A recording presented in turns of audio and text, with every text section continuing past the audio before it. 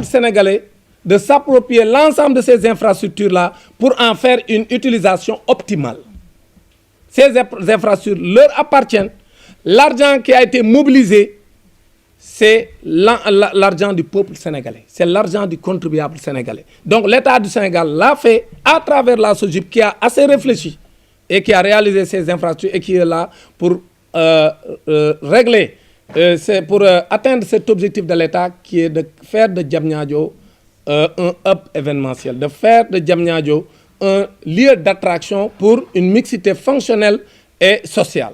C'est ça l'objectif que l'État du Sénégal a. Comme vous le savez tous, le Sénégal, pour l'organisation de la CAN passée, a été même éliminé et parmi les critères d'élimination, il y avait l'hébergement. Tout à l'heure, j'en ai pas parlé. Le Sénégal, quand même, veut organiser la CAN. Parce que depuis 1992, le Sénégal n'a pas organisé la CAN.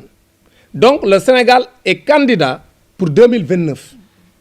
Nous avons reçu la Fédération sénégalaise de football. Nous en avons discuté. Et ce plaidoyer doit être porté également par la Fédération sénégalaise de football. Parce que pour même l'exploitation de ce stade-là qu'on appelle le stade Abdoulaye Wade, pour qu'on y ait plus d'événements sportifs, c'est-à-dire qu'on ne l'ouvre pas que pour des matchs de l'équipe A ou une finale donc de la Coupe du Sénégal, mais il faut décentraliser beaucoup de compétitions sportives au niveau de la sous-région et même ici au niveau du Sénégal. Mais pour le faire, il faut avoir un lieu où loger les gens. Donc c'est pourquoi ce centre d'hébergement également, tout à l'heure, je n'avais pas parlé de cet élément important qui est également l'exploitation du stade Abdoulaye Wade. Nous voulons avoir ce centre d'hébergement-là où des équipes qui jouent à Abdoulaye Wade peuvent loger ensemble. Et c'est dans la conception, on l'a dit à toutes les entreprises intéressées, qu'il faut concevoir de telle sorte que même des équipes rivales puissent y loger séparément en même temps et pouvoir aller jouer leur match et revenir sans incident. Et dans les conceptions qui nous ont été proposées, effectivement, tous ces éléments ont été pris en compte. Pour dire également qu'il y a un événement qui se prépare au Sénégal. C'est les JOJ 2026. Les Jeux olympiques de la jeunesse 2026. Nous avons été à Paris, nous, l'équipe de la SOGIP. Nous avons vu. D'abord, on était là-bas pour apprendre de la structure qui est notre alter ego en France, Solidéo, pour voir comment ils ont collaboré avec le comité olympique mondial, pour voir comment les infrastructures, parce que les infrastructures de la SOGIP vont abriter pour l'essentiel les Jeux. L'essentiel des Jeux olympiques vont se dérouler sur les infrastructures de la SOGIP. Donc, parce qu'il y a 3 sites sélectionnés, il y a Diamniadio, il y a Dakar et il y a Saly. Maintenant, nous nous préparons à ce grand événement, mais nous sommes faibles sur l'hébergement. Nous avons discuté avec le comité olympique, le COJOJ, et qui nous a encouragés à aller dans le sens de la construction de ce centre d'hébergement. Parce que le village olympique va abriter beaucoup de choses. Les athlètes seront logés certainement dans le site qui est dédié, mais il y a des officiels à loger et nous avons déjà des hôtels qui sont là 4-5 étoiles et qui sont des hôtels déjà presque bookés. Donc c'est pourquoi ça également c'est un autre élément et c'est dans 2 ans. Et dans 2 ans, donc c'est demain. Il faut qu'on soit prêt. Le Sénégal doit être prêt. Pour ceux qui ont suivi ce que la France a fait, c'est pourquoi quand j'ai déclaré à RFI en France que le Sénégal va faire mieux que la France, le journaliste qui m'a interrogé a sursauté. Il m'a dit comment vous allez faire mieux que la France. Mais nous sommes convaincus que si on nous accompagne,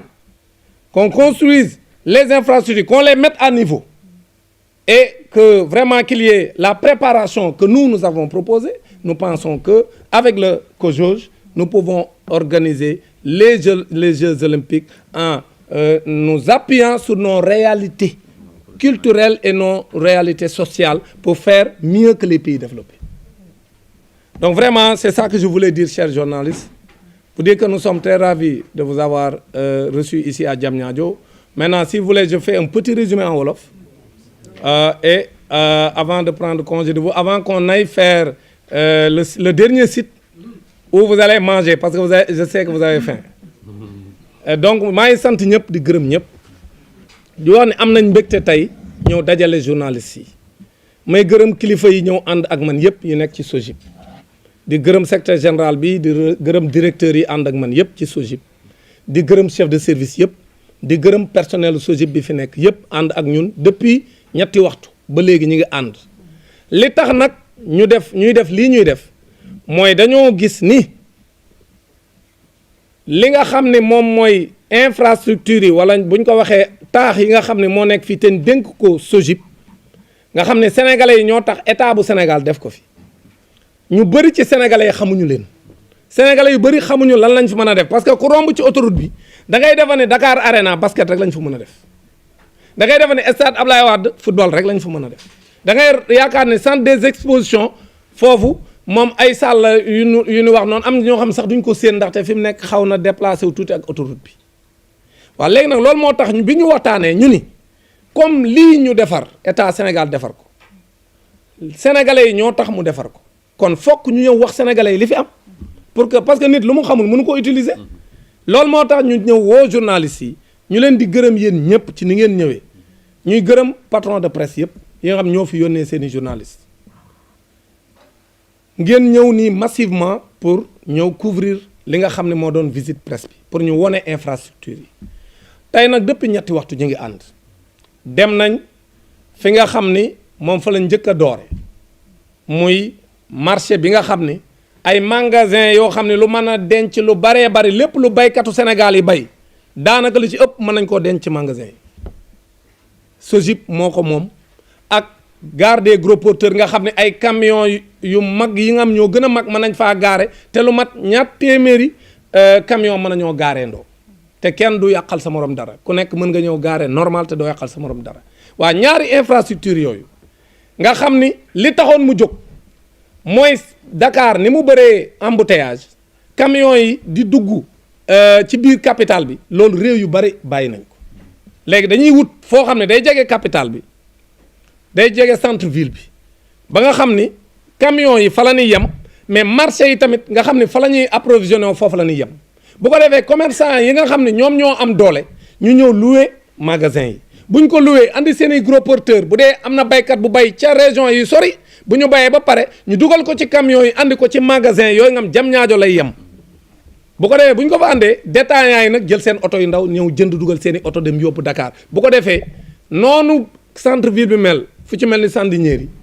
dañuy dem ba day jeex tàkk oto yi mën faa jaar normal parce que gros porteurs yi dootuñu yegg ci ville bi loolu moo doon objectif bi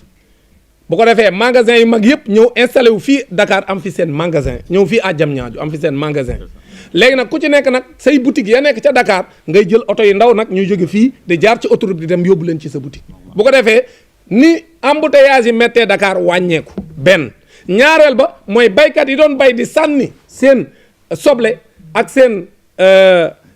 pomme de terre surtout ñaar yooyu nga xam dañ ko doon tuur ak seen mango yooyu yëpp day jeex parce que dañuy am fu ñu ko denc ndaxte ay magasin la ñoo xam c'est des magasins réfrigérés mooy magasin yoo xam dina seral ci température bi nga ko bëgg ba yow la nga fa def du yàqu